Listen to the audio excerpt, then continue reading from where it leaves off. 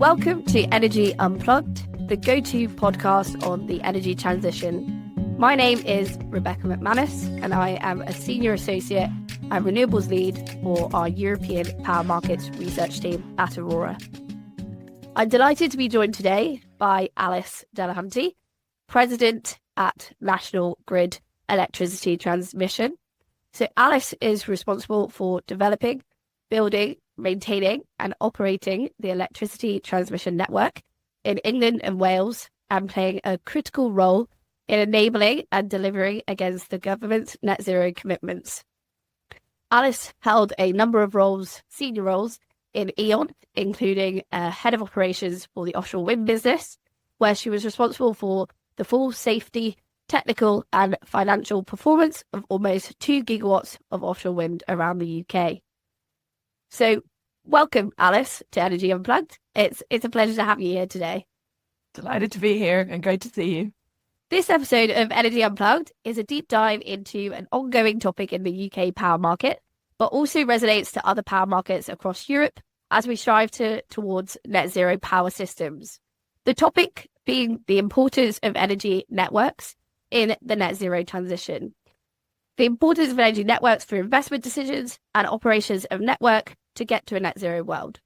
We've discussed this topic before, most notably Anna Barillas's keynote at the Aurora Spring Forum, which focused on the connection queues, but also the key issues related to energy networks across Europe. But nonetheless, we're discussing the topic today. This is a hot topic, an important topic across the energy sector at this moment in time. So we will dive in further to this today. So, Alice, first question, why has there been this increasing focus on energy networks as we strive towards a net zero world?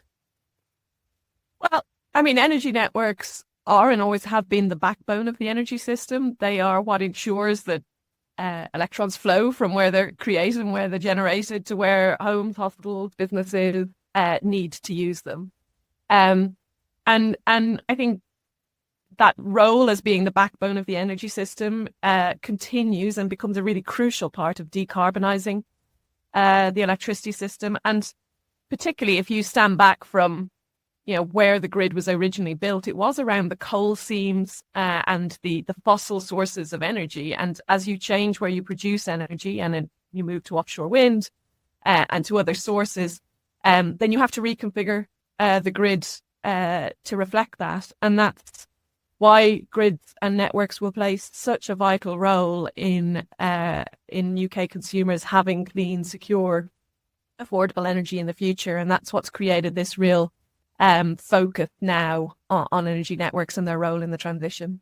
That makes sense. So, but what are the kind of key challenges that are currently being faced by networks across Europe to enable, as you mentioned, the key focus on energy networks is to enable new renewable deployment onto the system. But what are the key challenges surrounding that? Yeah, so I mean, we've connected about 10 gigawatts of clean energy in the last 5 years. So we are making huge progress, and we're already well underway on the biggest overhaul of the grid that it's ever seen since its inception. But you're right, there are big challenges as well as big opportunities, it has to be said. Big opportunities for lower bills, for enabling growth, for skills and prosperity in the country. But there are challenges to overcome, and there's probably 5 I would really pull out. The connections process, planning and consenting of infrastructure projects, bringing communities with us on this decarbonisation journey, and then supply chain and skills. So to briefly touch on each of those, when it comes to connections, we are connecting a lot of new generation to the network every day, and new strategic loads as well as industries decarbonise. But the queue to connect, particularly generation, has doubled in the last 12 months. It has genuinely grown exponentially. And so for England and Wales, for the network I run, it stands at about 400 gigawatts now, which is many, many multiples of what is needed to decarbonise the network. So there's real further reform needed in that space. There has been fantastic cross-industry work in the last couple of years that has had really meaningful impact, freeing up tens of gigawatts of capacity and bringing forward many multiples of projects. But there's still more to go to make that system fit for the future. And so we've got to bring forward further proposals, and we're really supportive of the work that the ESO and the government and Ofgem are doing there. On planning reform, there is no one silver bullet, but we do think ambitious and targeted plans could make a very big difference to the speed and time taken for planning. But we need to be sure that's not at the expense of communities' needs and of listening to them, and that communities are rewarded for the incredibly important role they're being asked to take on in the road to net zero of housing this infrastructure, which changes their communities, and that's hard for them. And so we've got to work with them on that. And then supply chain and skills. I guess we're not the only country with ambitious plans, and so it has created a supply chain and skills crunch. We've taken really big steps in terms of putting in place things like HVDC networks, creating a delivery enterprise for our onshore work. But as an industry as a whole and a country, we have a lot more to do to create the future capacity on skills and supply chain. So it sounds like we have the projects there. As you mentioned, we've got these huge grid connection queues in the UK right now. But there are these challenges in terms of getting these projects actually through and onto the system. You mentioned a little bit there on what National Grid are doing to try to alleviate some of these challenges, but just wanted to jump into some more details on the specific projects that you've been working on at National Grid to help alleviate some of these challenges. Yeah, so as you mentioned, the queue of the pipeline is very big, and getting the right projects through is part of the challenge. But projects are connecting at a rate that would see you getting to decarbonisation of the grid in line with government timescales. So it's a particularly kind of knotty problem of it's not realistic that all of the projects will connect or can connect or should connect. And so the longer term reform piece that needs to happen here is very intertwined with the government's commitment to a strategic spatial energy plan. So to get clearer on what types of generation and where demand centres are likely to emerge, and strategically plan around that, will be really key to unlocking this in a longer term and making sure that everything lines up and that we're investing strategically ahead of need. But in the interim, the steps that have been taken have included things like remodeling how batteries are treated, so that you can get far more on more quickly, and understanding their role in complementing networks, working across the networks, so with the distribution networks, to change the technical limits at the boundaries between the two networks, so that basically transmission can get out of the way of anything that wants to connect at a distribution level. There was an amnesty for stalled projects, and now we've introduced queue management, which will further flush out those stalled projects. Because until this point, really, the barriers to entry are very low. And once you get your grid connection, you can hold on to it even if your project is struggling for whatever reason, hasn't got FID, hasn't got planning, hasn't got land. You've been able to hold on to your grid connection the whole way through that. So a number of the measures are getting after removing those stalled projects, which will help the more ready, more viable ones come up the front of the queue. So a huge amount of work going on across all parties and all quite interrelated. Yeah, it sounds like a lot of thought has been put into this from National Grid already on this. So we saw over the last year, the Great Grid Upgrade project. Tell us a bit more about this project in particular. You raised a key point in part of the challenges there in terms of bringing in local communities and the community aspect. How does the grid, how does this project work with local communities to bring them in on this whole project? Yeah, so the Great Grid Upgrade is reflecting the fact that we've got to build 5 times more transmission network by the end of this decade than we have in the last 30 since privatization. So, and it's well underway now. So it's really reflecting that huge, the Great Grid Upgrade, the biggest upgrade this network has seen. And the banner around it of the Great Grid Upgrade is really helping communities and consumers, the general public as well, to understand the reason for this and the role that networks play in transporting clean energy, and how the nature of the system has changed, and how the generation centres, as I said, have moved from being down the centre of the country along coal seams out to the coast for offshore wind and also nuclear. And so it's really trying to bring across that bigger picture in a more accessible way. Then local to the communities where we are building infrastructure, working with the communities is a really key part of this. And we do multiple levels of consultation engagement and really work with communities. And we really welcomed the government's consultation on community benefits, and we want to see that implemented, the recommendations, as quickly as possible. But we feel very strongly those benefits should be bespoke to the communities, and that you will probably get the biggest impact from ones that drive socioeconomic benefits within the communities. And so, we're focused on all levels, on our own projects and on doing the right thing and working with communities on our own projects locally, and on looking at the bigger picture of the role communities play in the journey to net zero. That's really interesting. And so your previous role, obviously, at E.ON had a focus on offshore wind in particular.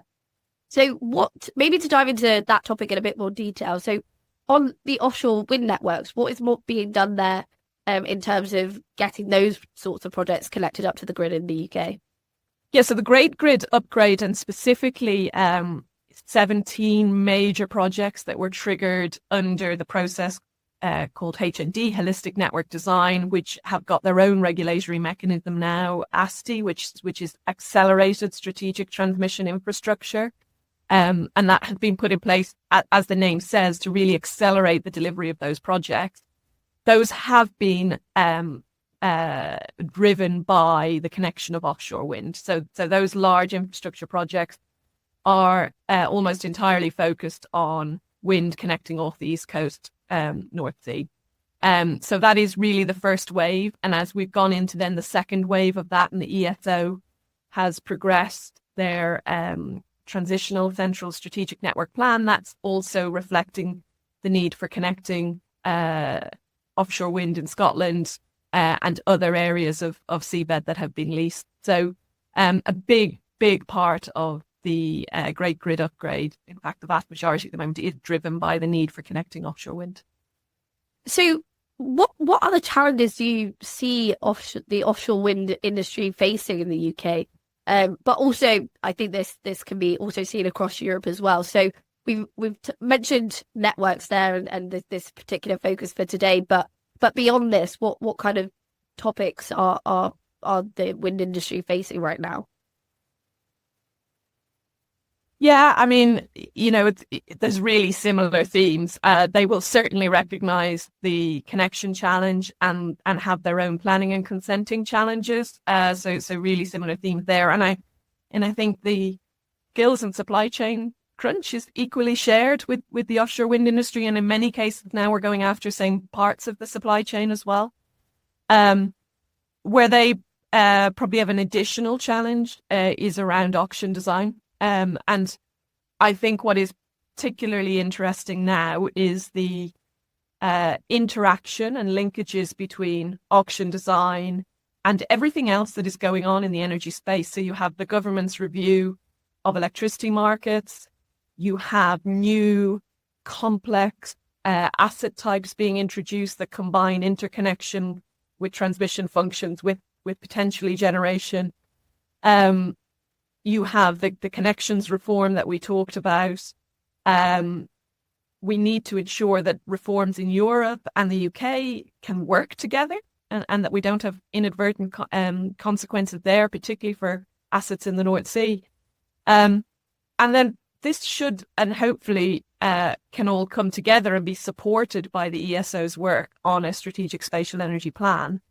And as I said, the linked strategic network plan that helps really facilitate this in the long term in a planned way. So a lot of common challenges with the additional sort of challenge for offshore wind and how does this new market work, and how do they plan for that and maintain their investor confidence? Yeah, I think some of those key challenges that you mentioned there were ones that were brought up and key themes throughout the Aurora Spring Forum earlier this year. So definitely on auction design, supply chains and networks, some of the three key challenges facing not only, I guess, offshore wind, but also renewables across Europe as a whole. So you mentioned there in terms of supply chains and having the skills, and you mentioned as part of some of the work that's going on in the UK right now is on addressing that UK green skills gap and developing a future net zero workforce. What has been done on that in the UK so far? Well, I mean, the UK as a whole has a STEM skills gap, I would say, and there's quite a lot of industries. So this isn't just an energy sector. There's a lot of industries appealing to a relatively small pool of people. And that really now you can also see that includes computing and data-driven industries that are growing up. So there really are hundreds of thousands of jobs here to be filled. We are thinking about it in terms of, I guess, three big buckets. So how do you attract people into the industry, right through from entry levels, creating interests in school, creating interests in colleges, but also attracting people to transfer from other industries, whether that's because their own industry is changing or because of the purpose that is created in the power sector as we decarbonize. So attraction is a big piece. Then, of course, we need to retain our own people and then retrain and develop, whether that's those that we're retaining or those that we're attracting from elsewhere.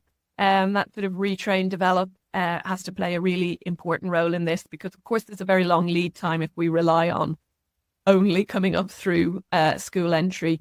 So, we have quite extensive apprenticeship programs, graduate programs, and an ambitious recruitment agenda now, and we're going into waves of recruitment to support that. But also working with our supply chain, I think a really important part of the changes that were introduced through ASTI, the regulatory framework, and working with the regulators, that we can give much greater long-term commitment to the supply chain. And of course, that allows them also to invest in building up skills and resources and capacity. So commitment and certainty over the long term is a really key part of building up skills. Really good to hear that there's this focus now on decreasing this skills gap that currently exists. I think we're seeing this also across system operators, not only in the UK, but also across Europe, investing in those sorts of programs to bring people through and bring the skills into the sector. So yeah, good to see that there is some movement there. Maybe turning back to one of the previous points that you raised in terms of the grid connection queues and plans to try to shorten the queue and accelerate the projects in the queue that need to come onto the system. So I think the system operator published the 5-point plan. So what is the plan? And do we think this is going to be sufficient to help accelerate that quite large queue of projects that are waiting to connect? Yes. So the ESO's 5-point plan is largely the actions I was talking about in the previous answer. So it covered a number of steps from, what can we do immediately to remove those stalled projects, to change those technical limits, to remodel how we treat batteries, and to optimize the background of the network for the projects that are in the pipeline. And as I said, those did deliver some really meaningful impacts on the existing queue, bringing forward of the order of 70 gigawatts of capacity, and accelerating projects throughout the networks, both transmission and distribution. But crucially, that 5-point plan flagged a bridge to longer term reform and more fundamental reform to the process. And that's where we're really keen to continue working with the ESO, Ofgem, and government to bring forward proposals that really support rapid acceleration and that get us more to a network ready, plug and play type environment for connections. And we really, as I said, we really believe that a strategic spatial energy plan supported by a network plan can be a very, very big enabler for that long-term objective. It sounds like a good plan. It sounds like it's working to date. So do you think this is sufficient to put the UK on track to reach 2030 goals?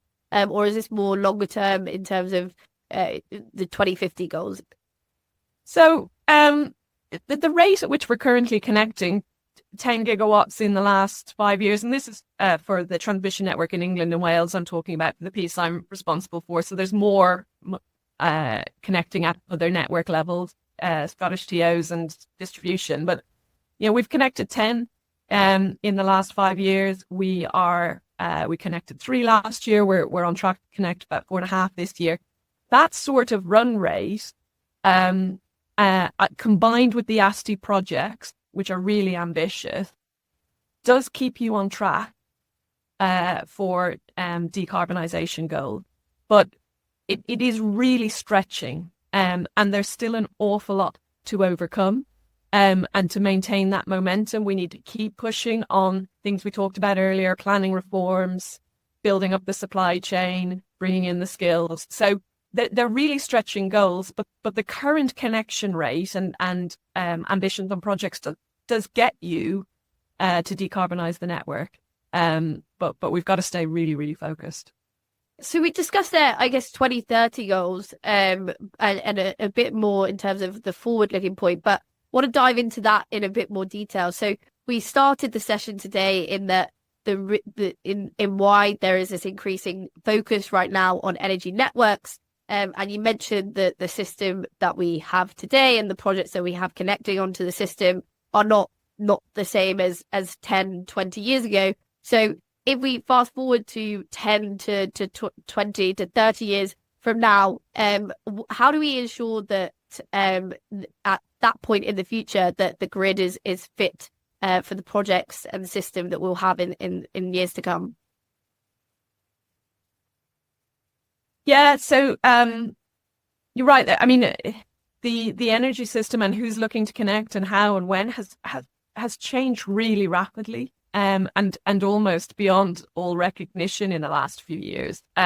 So we were really, really pleased to see the government's commitment to the strategic spatial energy plan, because over the long term, that really can facilitate a more efficient energy system, better alignment of major areas of generation, the network build out, the demand centres. You can see how if you can have that clarity of what we're working towards, that can help communities understand their role, the journey they need to go on, that it can help unlock policy requirements that would enable that, that those plans can be reflected in planning policy statements, and be a real unlock for that planning challenge. At the moment, each project is looked at individually and not looked at in terms of the whole goal that the country is trying to achieve in terms of decarbonisation.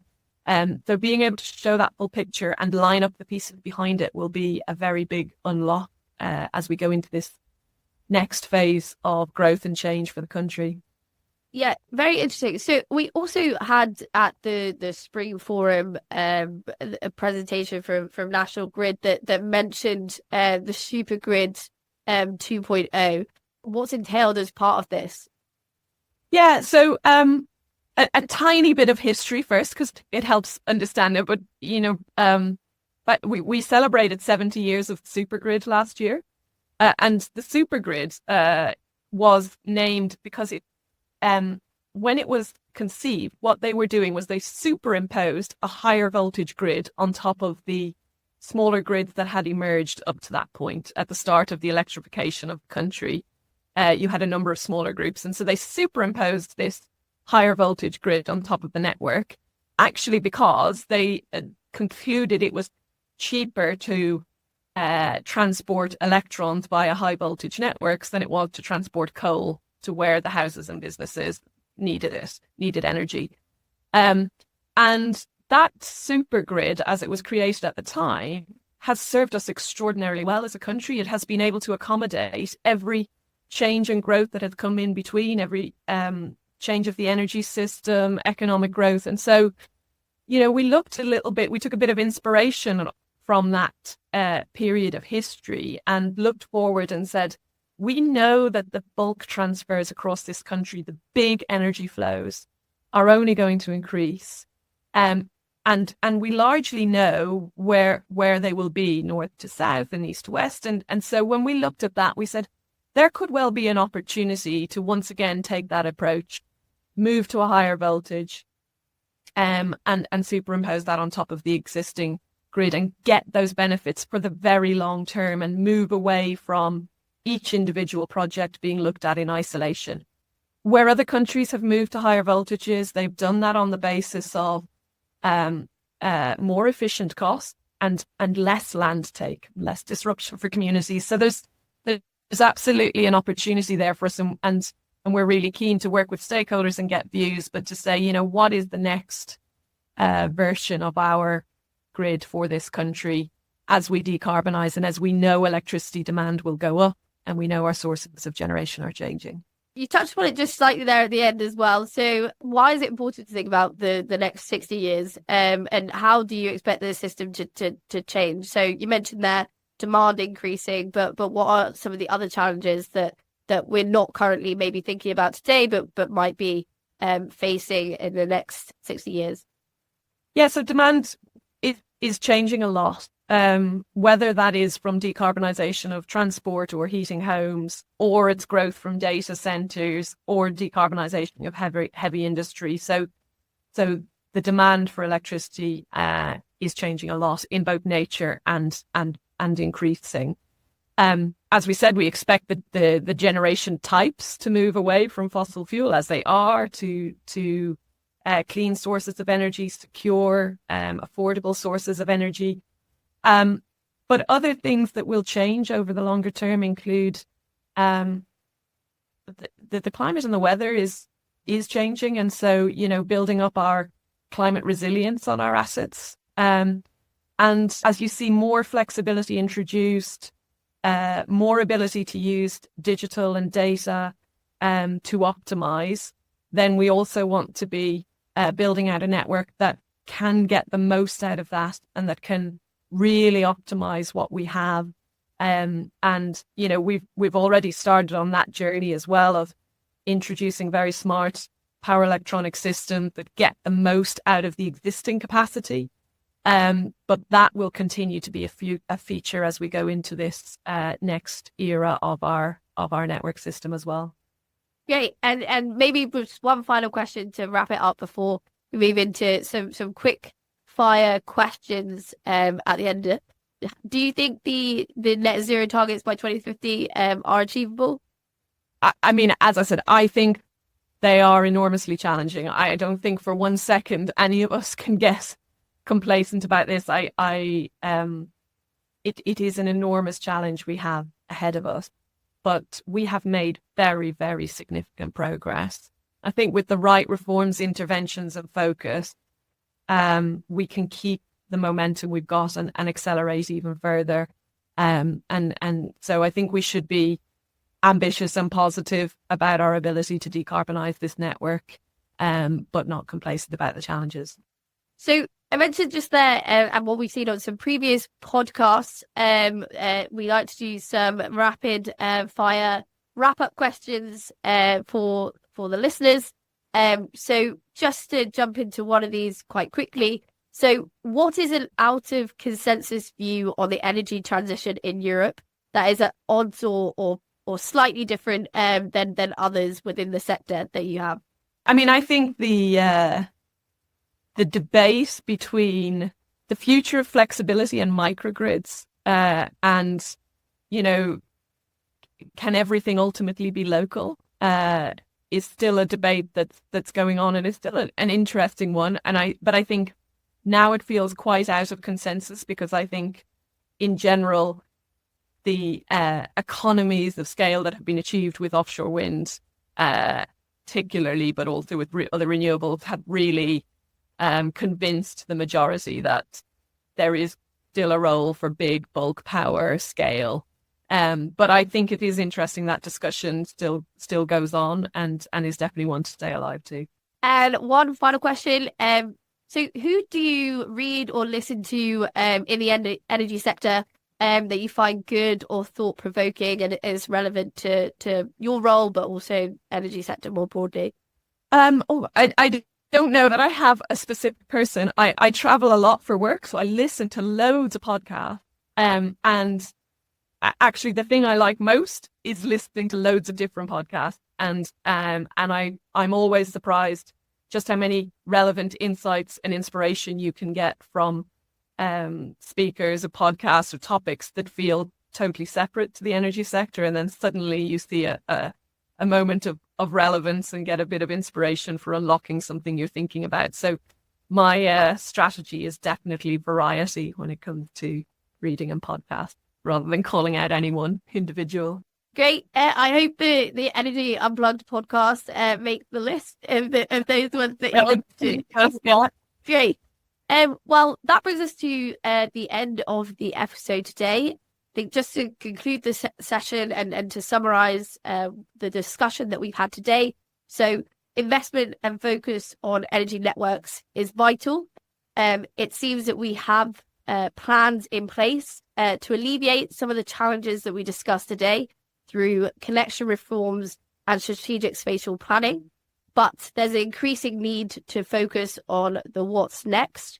And I think at National Grid, this is something that you're looking at in more detail on not just the next 20, but the next 60 years, and ensuring that the grid that we're investing in today is suitable for the future as well.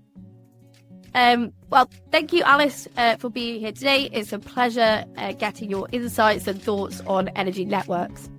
Thanks, Rebecca, and really enjoyed it, and thank you for having me. That was Rebecca McManus, Senior Associate and Renewables Lead for Aurora's European Power Market team, talking to Alice Delahunty, President of the National Grid Electricity Transmission. Thanks for listening to Energy Unplugged. Do keep an eye on our podcast feed for more in-depth conversations with senior members of the energy industry. The best way to do this is to follow or subscribe to the podcast via whatever platform you use.